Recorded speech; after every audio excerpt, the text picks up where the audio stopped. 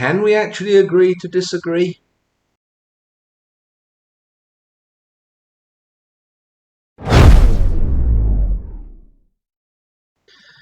There have been times when engaging with someone who holds to one conspiracy or another that I've refused to engage with them in a debate, or, as they would like to claim, a discussion.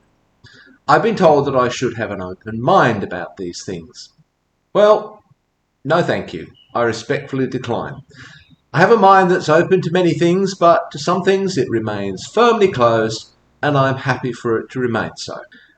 The classic example of this for me is flat earthism. No, Mr. Flat Earther, I am not open to considering your arguments.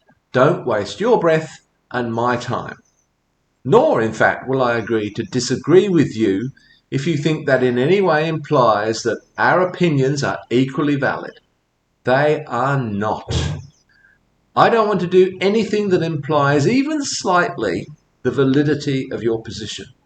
So, no, I won't agree to disagree. What I will do is agree not to ever talk with you about this particular topic or any other conspiracy theories you might try to slip in there. I'll talk to you about other things, but not this. The same goes for things like the moon landing conspiracy or QAnon conspiracies. We have absolutely nothing to talk about on those issues, you and I. But sure, we may be able to talk about other things. I suspect that depends on how deeply embedded you are in the conspiracy, on the degree to which you're obsessed with it. I can assure you, I don't introduce the concept that the Earth is an oblate spheroid into any of my usual conversations.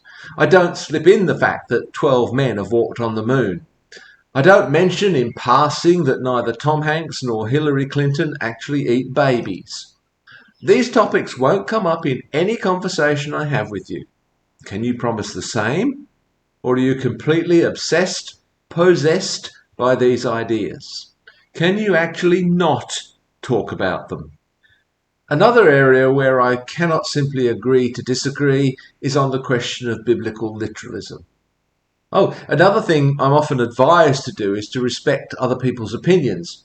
Sure, I'll respect your opinion about who is the greatest musical artist of all time, who's the greatest writer, the greatest actor, which political party has the best ideas. Respect duly given. But I will not respect your opinion about facts. Facts are not open to opinion. The Earth is not flat. It is an oblate spheroid. This is a fact, and you cannot have an opinion about it, though you might have an emotional reaction to it. The Earth's an oblate spheroid? Wow, that's fantastic. Or, the Earth's an oblate spheroid?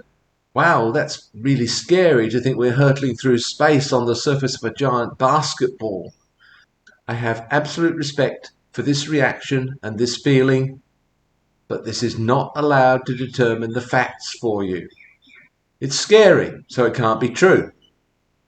No, the fact is not negotiable. It's the same with the moon landing or about whether the Bible is always literally true. That the Bible is not always literally true, and what's more isn't intended to be, the fact that there are contradictions in the Bible, that there are scientific and historical errors in the Bible, this is not negotiable. Now, you might find that information discomforting, you may find it disturbing, but that doesn't give you permission to change the facts to suit your beliefs, to bend reality to suit your beliefs. So, no, I will not respect your belief in the literal truth of the Bible or in its absolute inerrancy. Nor will I agree to disagree on this issue, because these opinions are not equally valid, and agreeing to disagree may seem to imply that they are. I will, however, agree not to discuss this issue with you. I'll discuss other things with you. I'm even willing to discuss with you why this information makes you feel uncomfortable. But as soon as this discussion begins to drift into an attempt to explain why you're right, I'm out of here. Sometimes disagreeing on what is factually true is relatively harmless. For example, it probably does no harm in the world if you choose to believe that the world is flat. It may tend to undermine belief in science and in evidence, and I guess this may have further consequences. It also does seem to be a gateway into other conspiracy theories, which may be more harmful.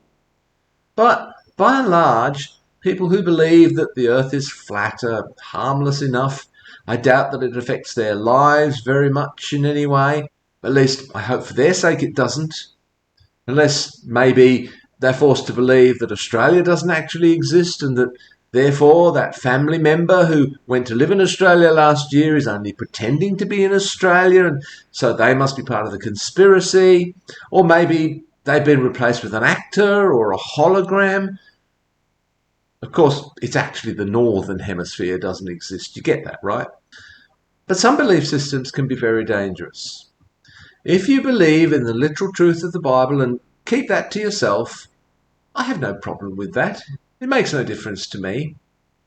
But if that belief begins to shape the political structure of a nation, or adversely affect the education system, or threaten minority groups, or lead you to try to impose a particular system of law and morality, even on people who don't share your beliefs, well, then it becomes problematic. If you decide it's necessary to eliminate all airline pilots because they're all in on the globist conspiracy, then we have a problem, you and I. I've heard people say things like, we all want to know the truth, don't we? Perhaps if we think that ourselves, if we believe that ourselves, we assume that everyone else does too. But it's far from self-evident to me that this is the case, that everyone actually wants to know the truth. There are often very strong motives for not wanting to know the truth or for denying it when it's presented to us. Accepting the truth may cost us something that we greatly value. We'd rather ignore the truth or bend it to fit with our belief systems than to accept it. And I include myself in this. I'm always trying to be aware of the blind spots in me that would prevent me from recognizing or accepting a truth that I happen to find uncomfortable. Flat earthists will probably say that I have a blind spot on this issue. But no, it's just that my mind is made up on this and several other things. There's no room for discussion. Mind you, if the entire universe suddenly changed and a flat earth became a reality, I would accept that. Note that I couldn't accept that my view on the shape of the earth had been wrong all along. That's not an option. But if the flat earth suddenly became a reality, and assuming that the universe still actually worked under these new rules, then I would have no trouble accepting that the world is now flat. It's not the notion of a flat earth itself that bothers me. It's the fact that this flies in the face of everything we know about everything. And no, I'm not open-minded about abandoning the entire corpus of human knowledge up to this present moment. Some things for me are non-negotiable. I'm not going to pretend otherwise. I won't agree to disagree about things if you think that implies our two positions on a particular topic are equally valid. And, be honest, your mind's not really open to change on this point, is it? Whatever particular point this happens to be. You don't want to discuss this with me in order to arrive at the truth. You want to discuss it with me in order to convince me of the truth of your position. So, no, I won't agree to disagree. I will, however, agree not to discuss this with you. Let's talk about something else, shall we?